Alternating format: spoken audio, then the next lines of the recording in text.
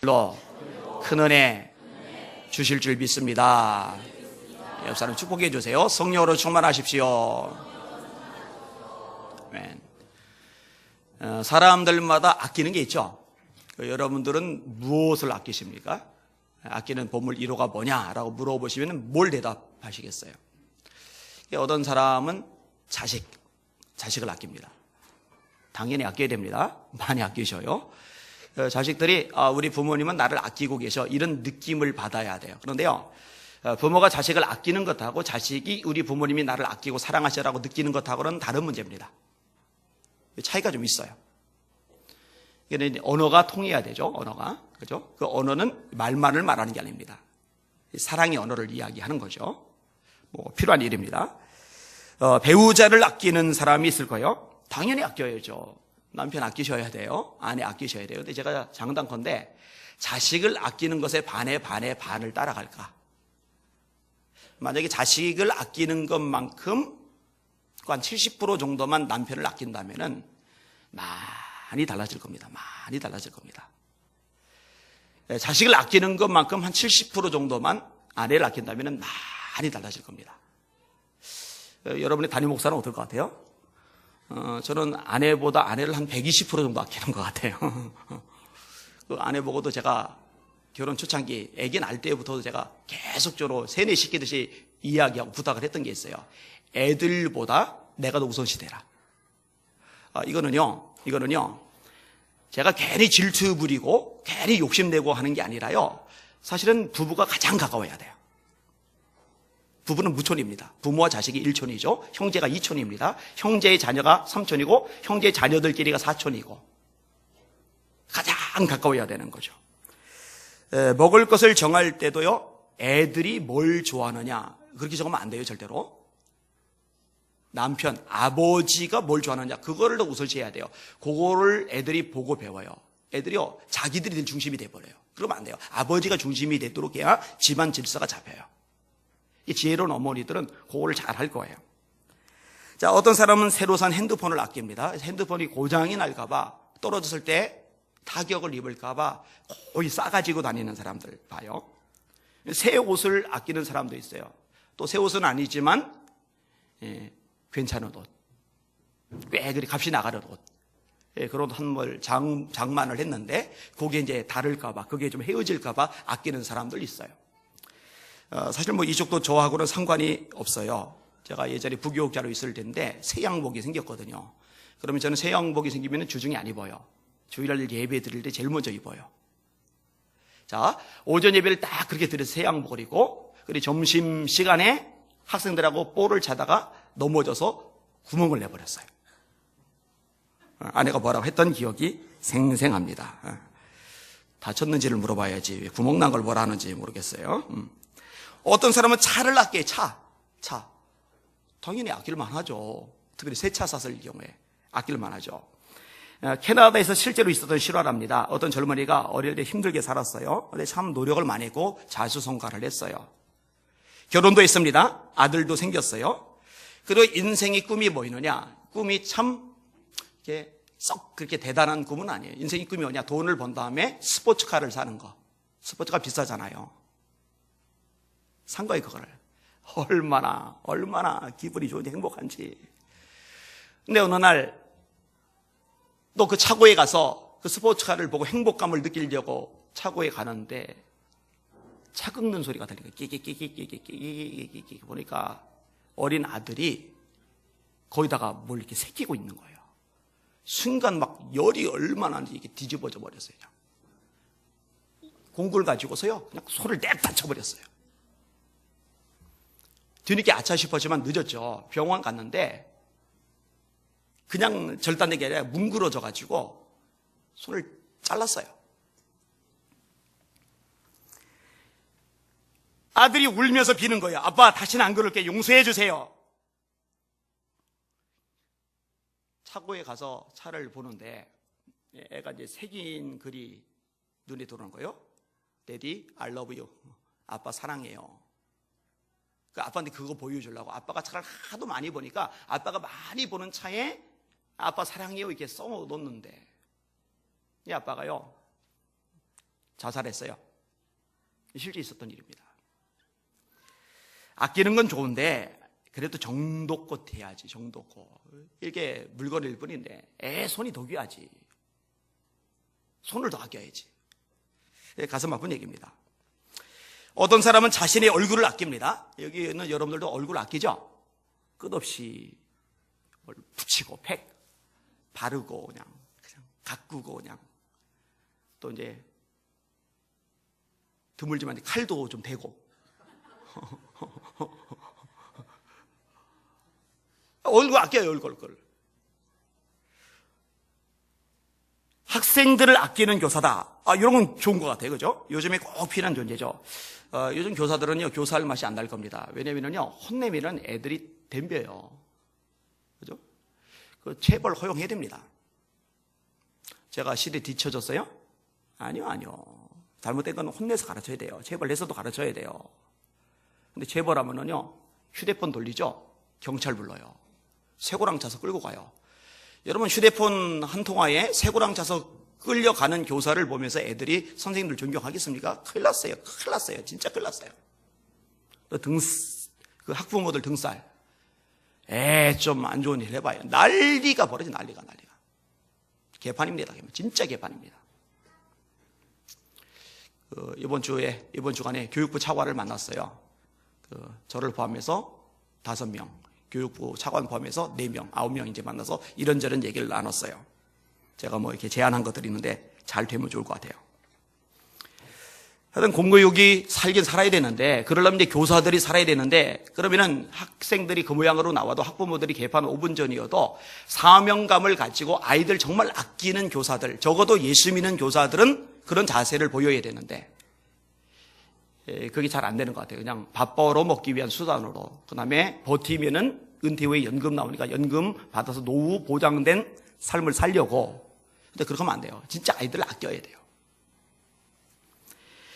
정치인이라면 국민들을 아껴야 되겠죠. 사실은 이 배지보다 국민을 위하는 정책, 국민을 위한 관심에 더 집중해야 되는데 사실은 그렇지는 않은 것 같아요. 이 국민들 관심이 없고 이 배지를 얼마나 하면 더 유지하느냐, 지속적으로 이 배지를 달고 있을 수 있느냐, 여기에 관심이 있는 것 같아요.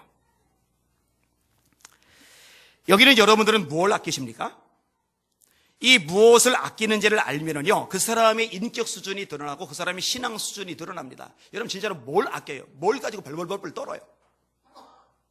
한번 생각해 볼 필요가 있어요. 오늘 설교 제목입니다. 따라합시다. 아끼는 것을 보면 영적 수준을 알 수 있다.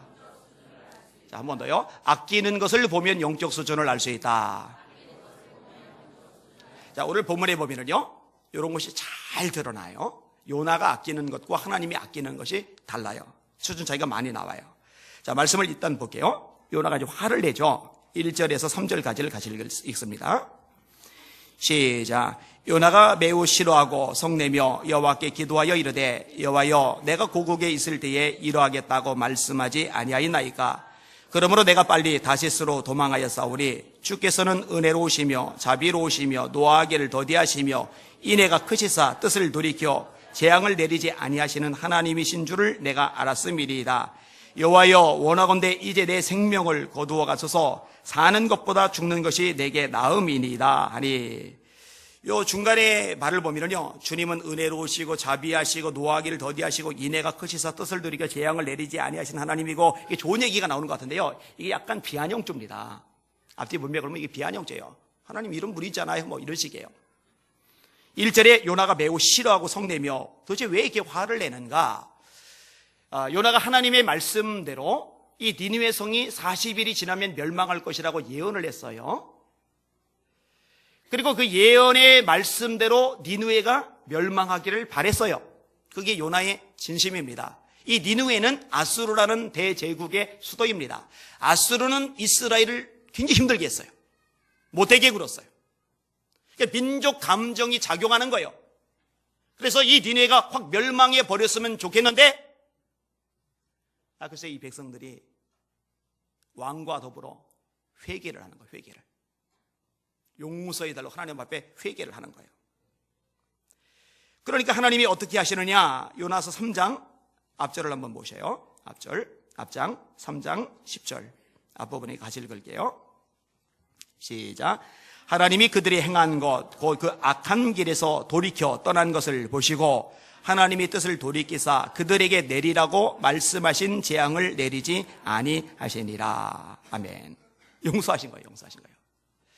여러분, 하나님 회개하면 용서하십니다.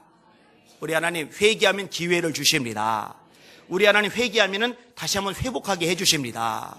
그 회개가 능력이에요.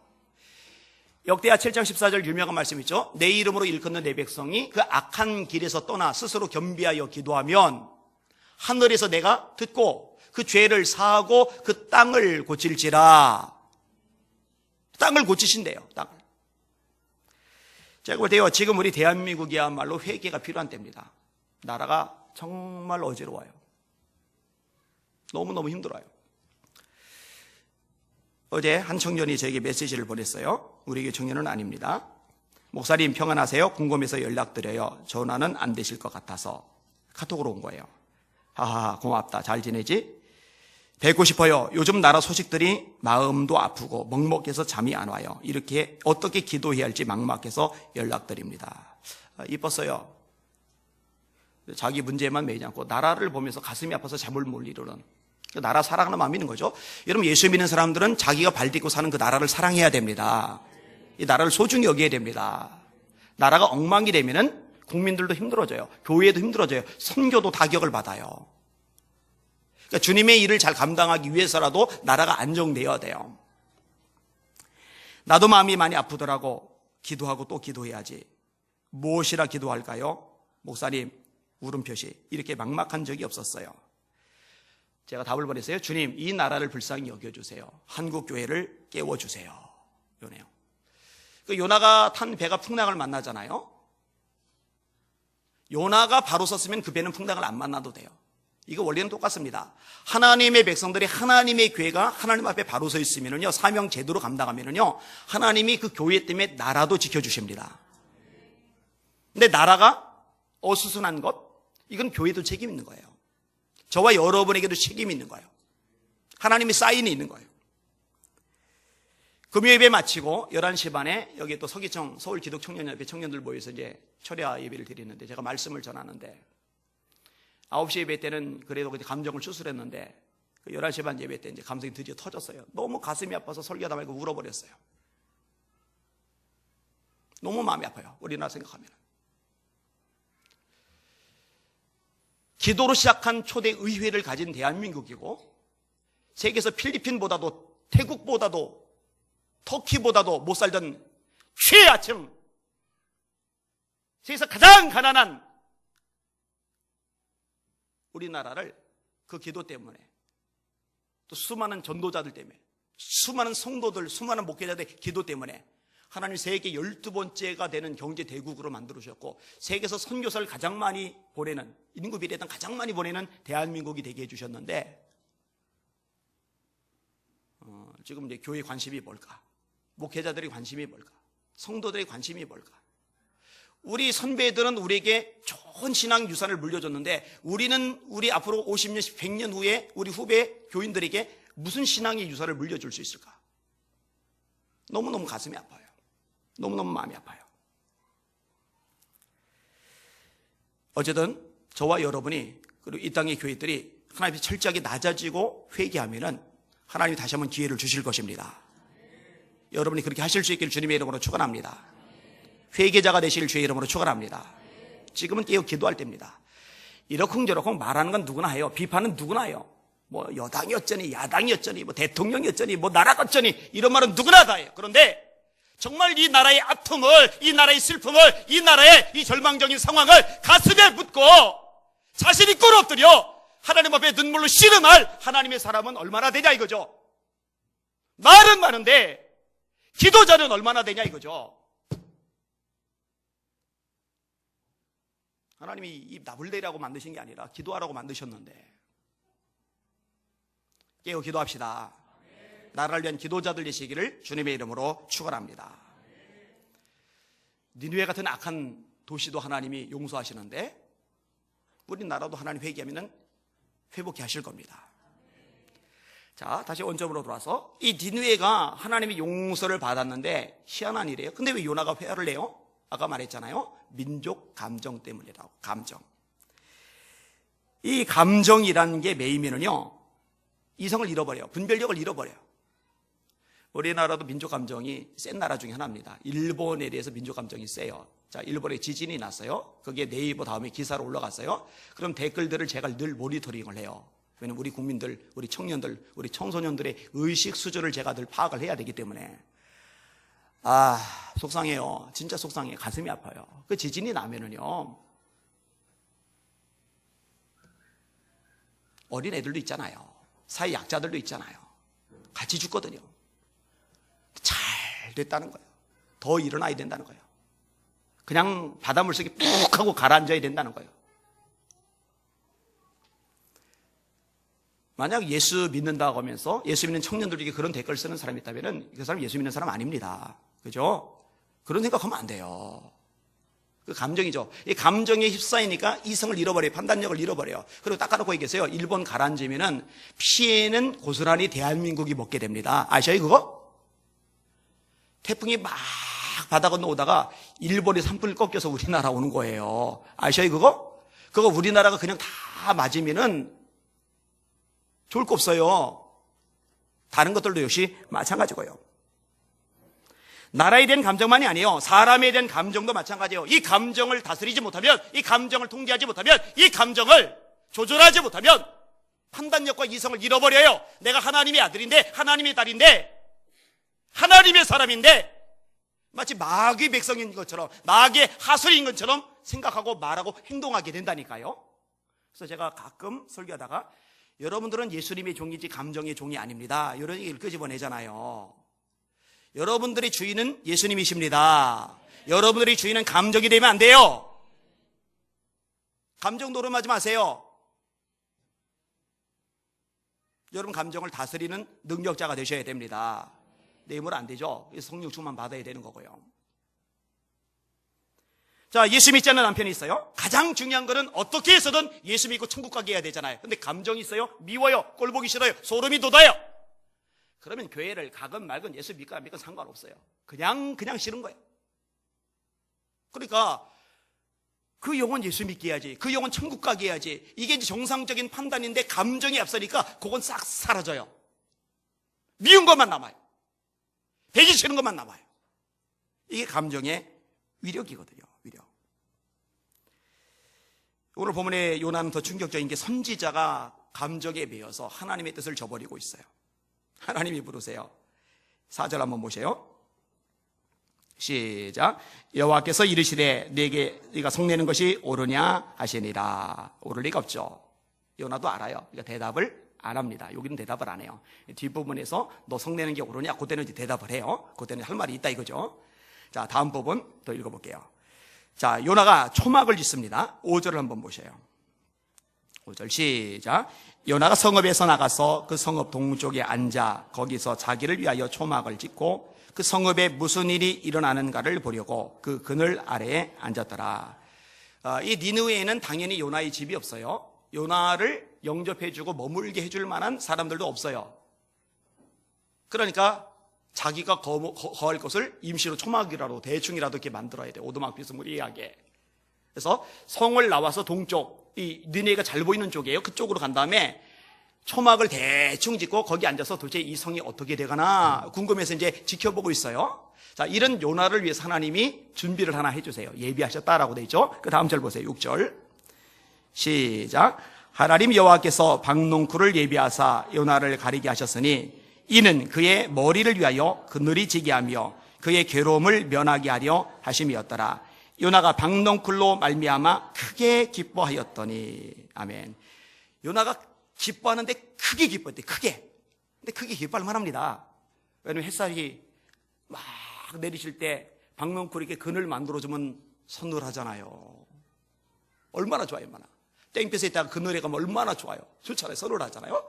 자, 이 박농쿨을 하나님이 예비하셨어요. 그깟 박농쿨을 예비하신 분이 누구냐? 하나님이. 하나님. 자, 그런데 이 박농쿨을 예비하신 하나님이 참 기가 막히게도 너무너무 작고 초라한 존재 벌레도 예비를 하시는 거예요. 자, 7절 보셔요. 시작. 하나님이 벌레를 예비하사 이튿날 새벽에 그 박넝쿨을 갉아먹게 하심에 시드니라. 아멘. 자, 박넝쿨 때문에 햇살이 가려져서 살만했는데 박넝쿨이 사라지니까 햇살이 뜨거운 거예요. 피곤해요. 자, 근데 이 벌레를 예비하신 하나님이 하나를 더 예비하시는 거예요. 그게 이제 다음 절에 나와요. 자, 8절 읽겠습니다. 시작. 해가 뜰 때에 하나님이 뜨거운 동풍을 예비하셨고 해는 요나의 머리에 쪼임에 요나가 혼미하여 스스로 죽기를 구하여 이르되 사는 것보다 죽는 것이 내게 나으니이다 아니라. 자, 가뜩이나 햇살이 뜨거운데 이 햇살 때문에 막 스트레스를 받는데 동풍이 불어요. 동풍, 뜨거운 동풍. 이 뜨거운 동풍은 뭐냐면은 북아프리카 지역에서 지중해 연안으로 부는 열풍 시로코를 말한 거예요. 시로코. 그 지리 배웠을 때, 중학교, 고등학교 지리 배웠을 때 이 단어 배운 기억 있는 분들 혹시 모르겠어요? 표정 보니까 기억하는 사람이 아무도 없군요. 하긴 뭐 그걸 다 기억하면 죄다 하버드 같겠죠. 네. 이 시로크 바람이요 굉장히 뜨겁기로 유명하고요, 바람이 있을 때는 모래까지 막 쏟아붓는 그런 바람이, 그런 바람. 그러니까 햇살이 가뜩이나 뜨거운데 후끈후끈 거리는 바람까지 불어 닥치니까 요나가 미칠 지경인 거예요. 그래서 하나님 앞에 하나님 저 죽여주세요 고기도 들을 정도로. 여러분 작년에 올해 우리나라 굉장히 더웠죠. 정신이 하나도 없었잖아요. 에어컨 대박 났어요. 그죠? 여러분 이번 여름에 그냥 집 안에만 있어도 더운데 해 내리칠 때 바깥에서 그 해 받으면서 서 있어 보세요. 그러면은 요나가 툴툴대는 것도 이해가 좀 갈 거예요. 갈만합니다. 힘들죠. 정말 힘들죠. 근데 여기서 중요한 거 하나 발견하게 돼요. 조금 전에 제가 언급했지만, 자, 하나님이 박넝쿨을 예비하셨어요. 벌레를 예비하셨어요. 그 다음에 뜨거운 동풍을 예비하셨어요. 자, 우연히 박넝쿨이 자란 거예요? No. 우연히 벌레가 생겨서 뜯어먹은 거예요? No. 우연히 날짜가 타이밍이 어떻게 그렇게 맞아떨어져서 뜨거운 바람이 부는 거예요? No. 하나님이 예비하사 다 하나님이 예비하신 거예요. 할렐루야. 전부 다 하나님의 손에 있는 거예요. 할렐루야. 제가 종종 말하지만 우연 아니에요. 우연. 하나님이 계획 속에 있는 거예요. 하나님이 손을 벗어나는 건 없어요. 여러분 요셉이 애굽에 팔려간 거 우연입니까? 하필 팔려간 나라들 중에 애굽이지. 그리고 우연히 애굽에 있는 수많은 사람들 중에 보디발 12대장 집에 팔려간 거예요? 재수가 더럽게 없어가지고 억울하게 누명 쓰고 감옥 들어간 거예요? 하필이면 요셉이 들어가 있을 때 우연히 술 맡은 관원장이 거기 같이 갇힌 거예요? 어때요 여러분? 우연해요? 하나님의 계획이에요? 하나님의 손에 있는 거예요. 하나님의 손에. 그리고 또 하나 기억할 거, 우연이 아니고 하나님의 손에 있다는 것과 동시에 기억해야 될 거, 그 과정에서, 이 모든 과정에서 하나님이 원하시는 게 있어요. 하나님이 요나를 깨닫게 하시려는 게, 하나님이 요나로 하여금 가르치게 하시려는 게 있단 말이에요. 여러분 저와 여러분의 삶 속에도 마찬가지입니다. 이런저런 일들이 많이 벌어지는데요, 그 과정에서 하나님이 저와 여러분에게 깨닫게 하시려는 게 있어요. 그 깨닫는 여러분이 되시길 주님의 이름으로 축원합니다. 이 과정 속에서 그걸 깨달으면 낭비되지 않는 시간, 가치 있는 시간, 소중한 시간이 되는 반면에 그냥 지나가 버리면 인생 낭비밖에 안 되는 거예요.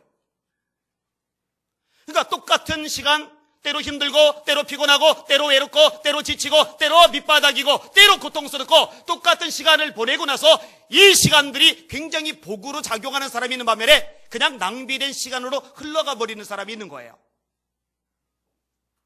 그리고 그거는 여러분에게 달렸어요. 아시다시피 저는 중학교 1학년 때 신문 배달 가다가 교통사고를 당해서 왼팔을 잃었어요. 중학교 1학년짜리가 감당하기는 너무 힘든 일이었어요. 너무 아팠어요. 너무 외로웠어요. 학교 1년 꿇고서 후배들하고 공부하는 것도 힘들었고 악몽을 꾸는 것도 힘들었고, 근데요 감사해요. 왠지 알아요? 이것 덕분에 제가 깨달은 게 많아요. 이것 덕분에 제가 성장한 게 많아요. 이것 덕분에 제가 변화된 게 많아요. 이것 덕분에 제가 복을 받은 게 너무 많아요. 여러분 다 아시잖아요. 제가 몇 년에 뇌종양 수술 1cm만 넘어도 거대 종양이라고 하는데, 왜냐면 뇌 속에 있는 거니까 4cm가 넘는 게 제 머릿속에서 발견됐으니까 자이언트가 저 감사해요. 왜냐면 그것 때문에 깨닫고 변화하고 성장한 것이 많으니까. 뭐 제가 단적으로 큰 거 2개 얘기했지만 이것뿐이겠어요? 주저리 얘기하면 얘기할 거 많아요. 그런데요, 이 모든 것으로 인해서 감사해요. 왜냐? 그로 인해서 깨닫고 변화되고 제가 성장한 것들이 많으니까. 하나님이 박농쿨 통해서, 벌레 통해서, 동풍 통해서 그냥 고생만 시키려고 그러시는 게 아니라 깨닫게 하시려는 계획이 있으신 거예요.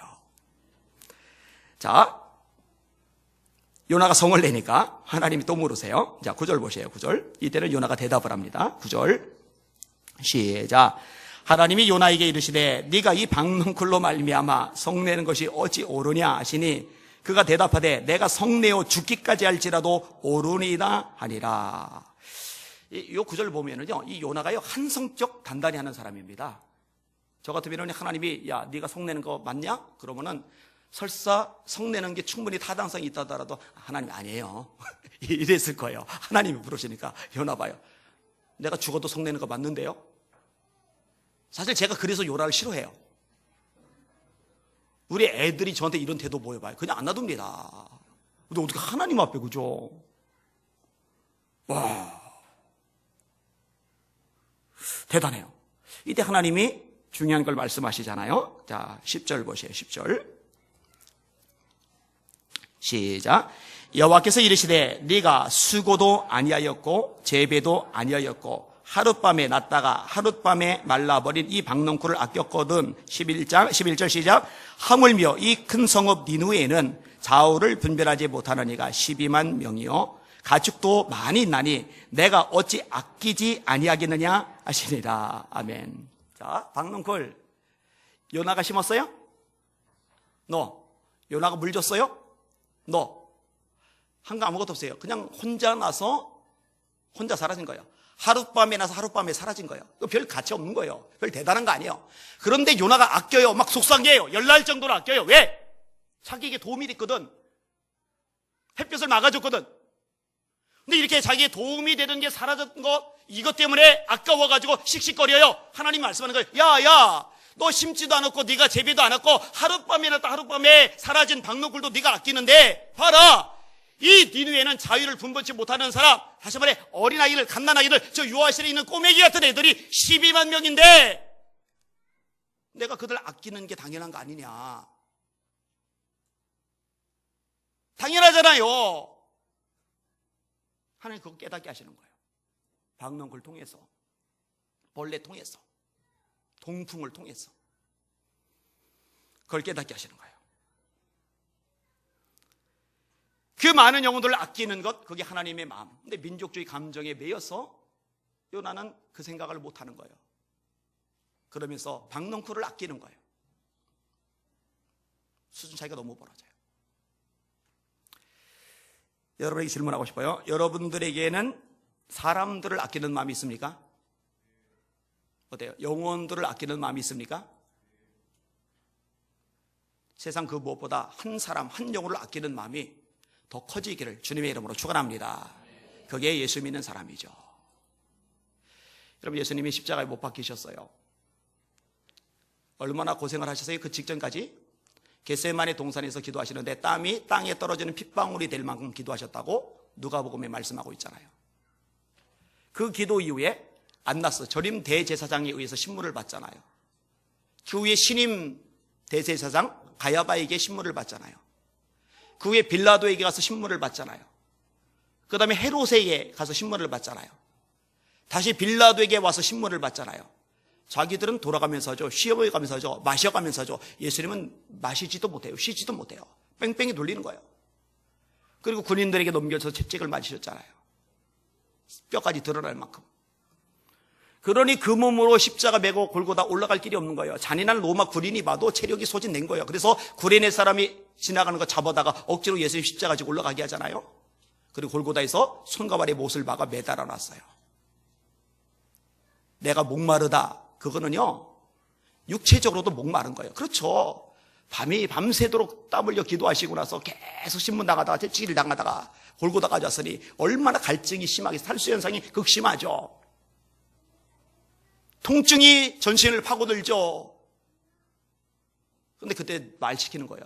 평생 죄 짓다가 죽어가는 강도놈이 말 시키는 거예요. 예수님, 당신의 나라에 이를 때 저를 기억해 주세요. 아, 시끄러 임마. 나 힘들어, 아파, 목말라. 안 그러세요, 예수님? 내가 오늘 밤 나와 함께 낙원에 있으리라. 여러분, 사복음서에 이런 예수님의 모습이 계속 나와요. 제가 말씀 준비하다가 또 감격을 했어요. 그렇지, 이런 예수님이 아니셨다면 나 같은 사람 어찌할 뻔했나. 안현정 뚝방역 판자촌에서 팔까지 읽고 가난하고 처절하고 비참하고 아무도 상대해주지 않는 나였는데, 예수님이 만약에 다른 사람들처럼 사람 차별하고 가려서 만나셨다면 나 같은 인간은 어디 있었을까? 그런데 정말 감사하게도 우리 예수님 저에게 손 내밀어 주셨거든요. 저를 안아주셨거든요. 살아간다 말씀해 주셨거든요. 여러분, 제가 여기저기 다니면 말씀 전하는 게요, 강렬한 소원이 있어서 그래요. 이 좋은 예수님, 이 어마어마한 예수님을 좀 전해주고 싶어요. 이 예수님도 없이 사는 사람들이 너무 불쌍해요. 너무 가슴이 아파요.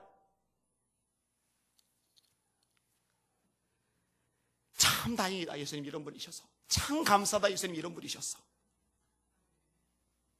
원고 쓰다가도 막 눈물이 나더라고요. 여러분, 이런 예수님의 마음 우리 같이 가집시다. 예, 우리 같이 가집시다.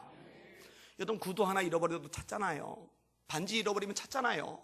스마트폰 잃어버리면 찾잖아요. 먼저 있던 데까지 쫓아가잖아요. 그런데 왜 천하보다 귀한 영혼 잃어버리면 찾으러 안 다니는 거예요? 왜 못 본 척 하는 거예요? 왜 무심한 거예요? 아니잖아요. 수표 잃어버리면 난리가 나잖아요. 찾잖아요. 그런데 왜 수표 따위와 비교가 안 되는 가장 소중한 영혼들 전도하는 데는 뭐가 심하냔 말이에요. 그럴 수는 없어요.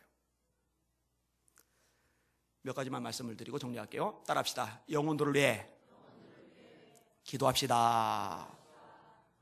앞으로 기도합시다. 네, 기도합시다. 여러분, 자식 위해서 기도해야죠. 사업 위해서 기도해야죠. 자신 위해서 기도해야죠. 다 하세요. 하는데 전도할 영혼들을 위해서 기도하시길 바랍니다. 그리고 믿지 않는 사람들 위해서 기도하세요. 각 나라 조속을 위해서 기도하세요. 두 번째, 따라합시다. 복음의 씨앗을 뿌리자. 이번 수요 예배하고 이제 금 예배에 오신 분이 있어요. 이분이 2달 전에 가슴앓이를 했어요. 남편이 주님의 부름을 받았더라고요. 얼마나 힘든 시절을 보냈겠어요. 너무 이제 힘든 시간에 기도원에 와서 기도하다가 제 설교를 듣고 은혜를 받은 거예요. 그러다가 독산동에 제가 있다는 얘기 듣고 귀가 번쩍 뜨인 거예요. 왜냐면 이분이 집이 독산동이시더라고요. 그래서 이제 수요일에 왔고 금요일 날 와서 이제 안수기도 이제 받으셨는데, 이분이 우리 교회하고 연결된 또 하나 케이스가 있는데, 뭐냐면 길을 다니다가 길바닥에 전도지가 떨어져 있는 것을 보고서 그 내용에 그렇게 은혜를 받았대요. 그 전도지를 누가 돌렸나 제가 추적했더니 우리 정치현 집사님 돌리셨더라고요. 전 그것도 심은 대로 거두는 거라고 생각을 해요. 씨를 뿌리시길 바랍니다. 예수 전하시길 바랍니다. 그 영혼 안 와도 하나님이 다른 영혼 보내주세요. 세 번째, 따라합시다. 전도하되 절대 포기하지 맙시다. 자, 기도해야 되고 전도해야 되고 전도하되 절대 포기하지 말아야 돼요. 여러분들 세일즈맨들 별로 안 반갑죠? 물건 팔러 오는 사람들.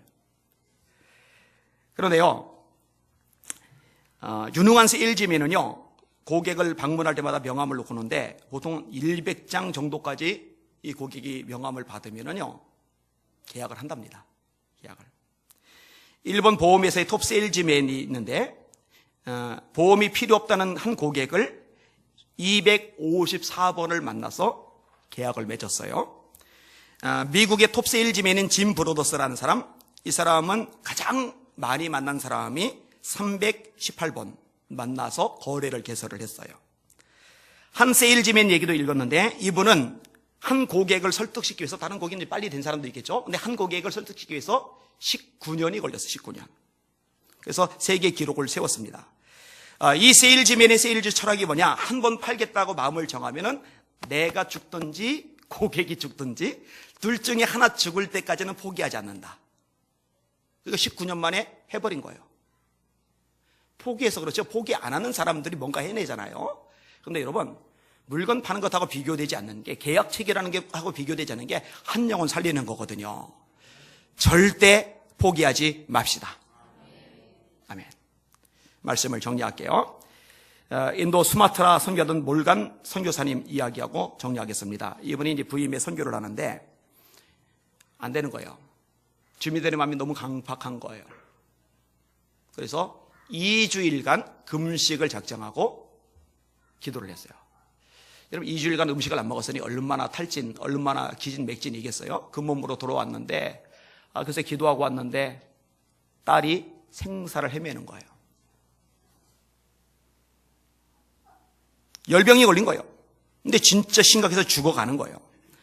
이 목사님이 2주간 금식하고 와서 이제 쉬려고 하는데 딸이 그 모양이니 쉴 수가 있어요? 딸 잡고서 울부짖게, 하나님, 제 딸 살려주세요, 제 딸 살려주세요, 제 딸 살려주세요. 막 울부짖어 기도하는데 하나님이 마음속에 이렇게 말씀을 하셨어요. 몰간아, 너는 죽어가는 네 딸 하나 때문에 그렇게 마음이 아픈데 병들고 못 먹고 죄로 죽어가는 전 세계 인류를 바라보는 아버지로서 내 마음은 얼마나 아프겠느냐. 깜짝 놀랐어요. 목사인데 선교지까지 나왔는데. 그래서 딸 기도 내려놓고 생각나는 나라들 이름 불러가면서 하나님, 그 나라의 영혼들 불쌍히 여겨주세요. 예수 믿게 해주세요. 하나님, 저 나라의 영혼들 예수 믿게 해주세요. 불쌍히 여겨주세요. 밤을 새워서 그 기도만 울부짖어 했어요. 2주일간 금식한 그 몸으로. 아침에 딸이 누워있는 침상으로 갔는데 딸이 병이 다 치료됐어요. 예수님 말씀하셨죠? 따라합시다. 너희는 먼저 그의 나라와 그의 의를 구하라. 그리하면 이 모든 것을 너희에게 더하시리라. 영혼 구원의 최우선순위를 두는 여러분 되시길 주님의 이름으로 축원합니다. 하나님이 아끼는 것 한 영혼, 그 마음이 여러분에게도 있기를 주님의 이름으로 축원합니다. 마지막 설교지만 한 번만 더 따라합시다. 아끼는 것을 보면 영적 수준이 보인다. 기도합니다. 하나님,